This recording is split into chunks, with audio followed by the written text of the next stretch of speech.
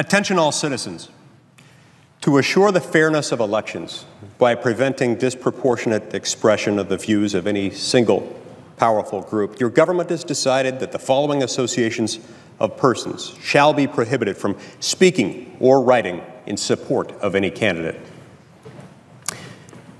This is a statement that I've taken directly from a dissenting opinion issued by Associate Justice Antonin Scalia in a case called Austin versus Michigan Chamber of Commerce, a 1989 ruling of the Supreme Court of the United States.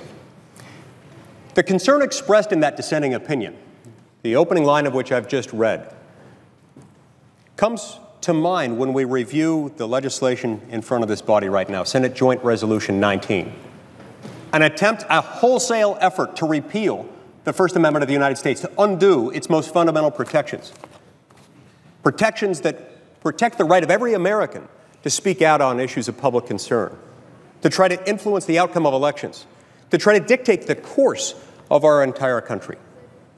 Now, fortunately, this precedent that Justice Scalia was expressing concerns with, this precedent was overruled.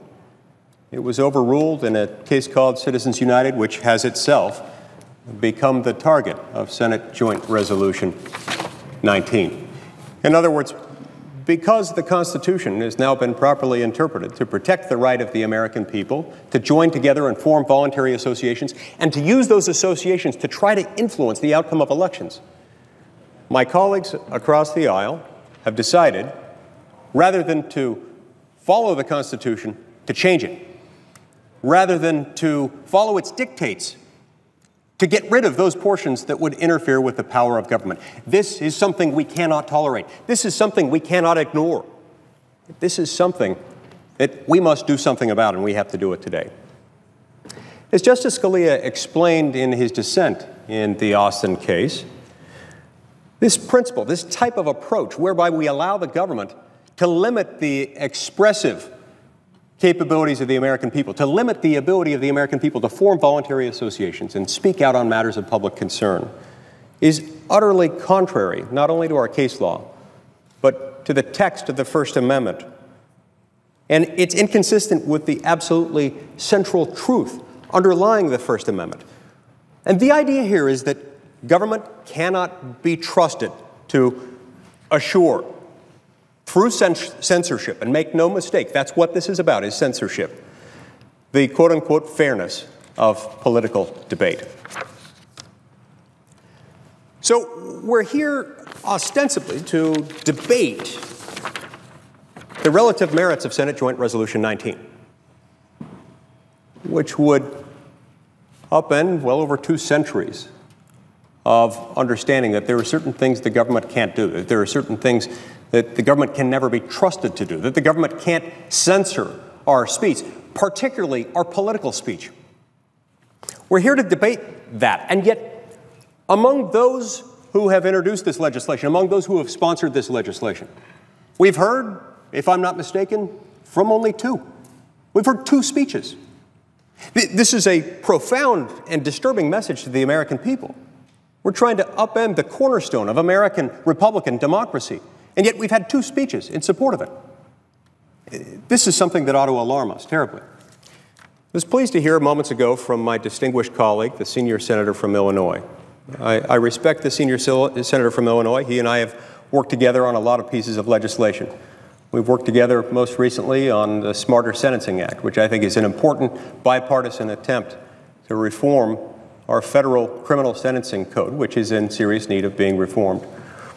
I also respect the senior senator from Illinois for some statements that he made a few years ago when another amendment had been proposed. I at least respect the approach that he took in urging caution before undertaking any effort to undo, to weaken, to undermine the Bill of Rights. Here's a statement that he made on June 26, 2006. The Bill of Rights has served this nation since 1791. And with one swift blow of this axe, we're going to chop into the First Amendment. He was concerned about that. He was concerned also when on the same day he made a similar comment, instructive here, I think, when he noted that it is a matter with which we will likely debate the rest of this week, the week in which he was speaking in 2006, meaning this is an urgent matter. It's a matter of great concern to the American people when we're talking about changing the First Amendment or any component of the Bill of Rights. He continued, the reason we're going to spend this much time on it is because this document, this one-page document in that case, represents a historic change in America. If this amendment were to be ratified, it would mark the first time in our nation's history that we would amend the Bill of Rights to the United States Constitution.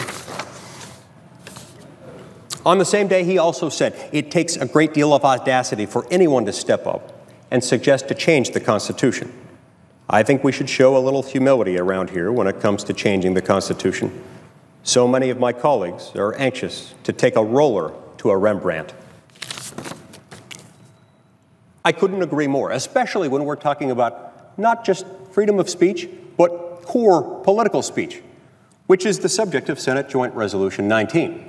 Make no mistake, the fundamental purpose, the most important objective underlying the Free Speech Clause and the Free Press Clause was to protect the right of the people to engage in political speech. And make no mistake, the purpose of this is to enhance Congress's power to restrict political speech. In fact, its entire purpose focuses on efforts to spend money to influence elections, the core of political speech. Let's go back for a minute to the dissenting opinion issued by Justice Scalia in the Austin case I referenced a few minutes ago. He explained in that dissenting opinion that there are some things that we understandably don't want government to do.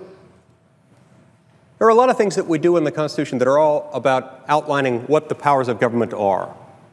We explain what power Congress has, what power the President has. We explain further that powers not delegated to Congress are reserved to the states or to the people. And then we also identify in the Bill of Rights that there are certain areas that are just out of bounds for government, areas where we don't want government to tread. This is one of those areas.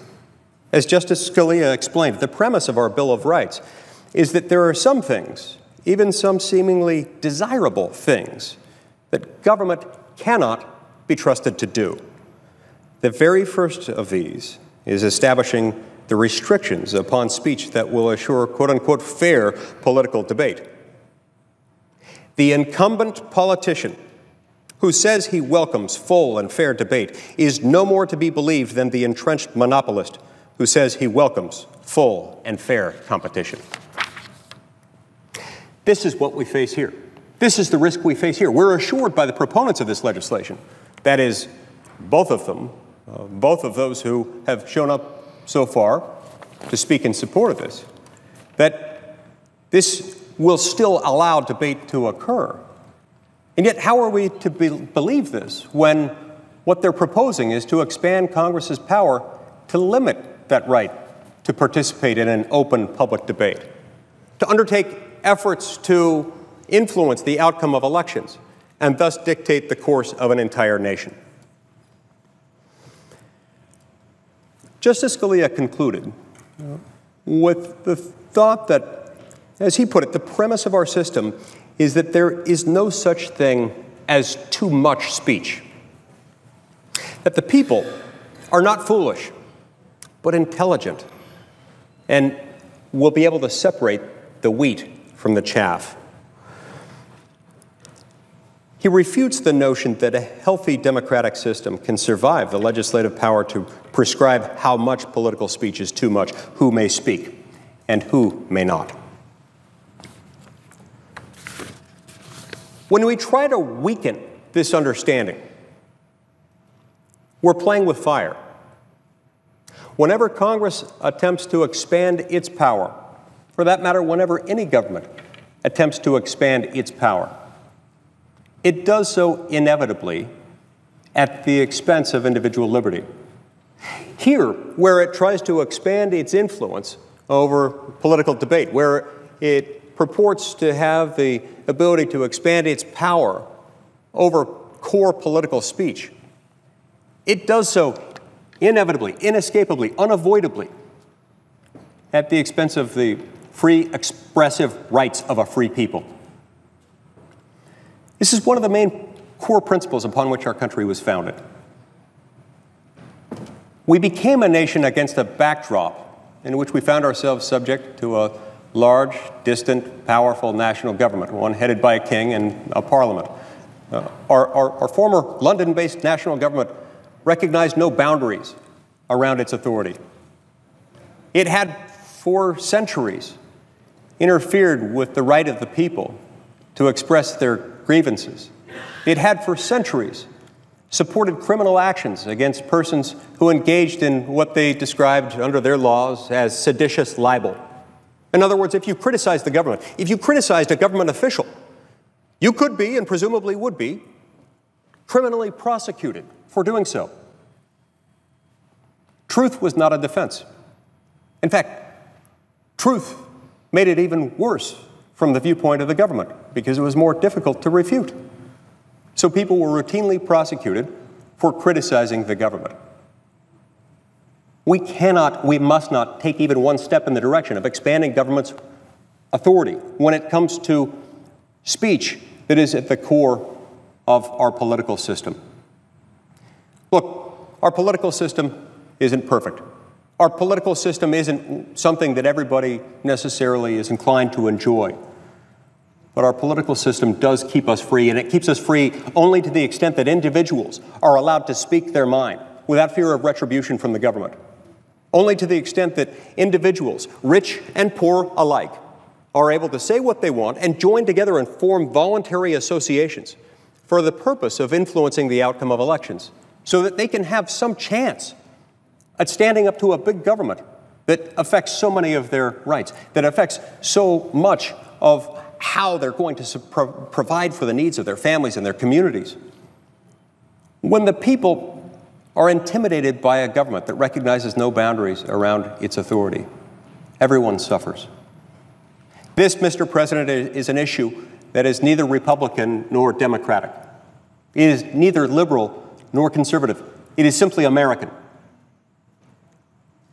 It's time for the American people to stop simply expecting Congress to continue to expand its power at the expense of their individual liberty.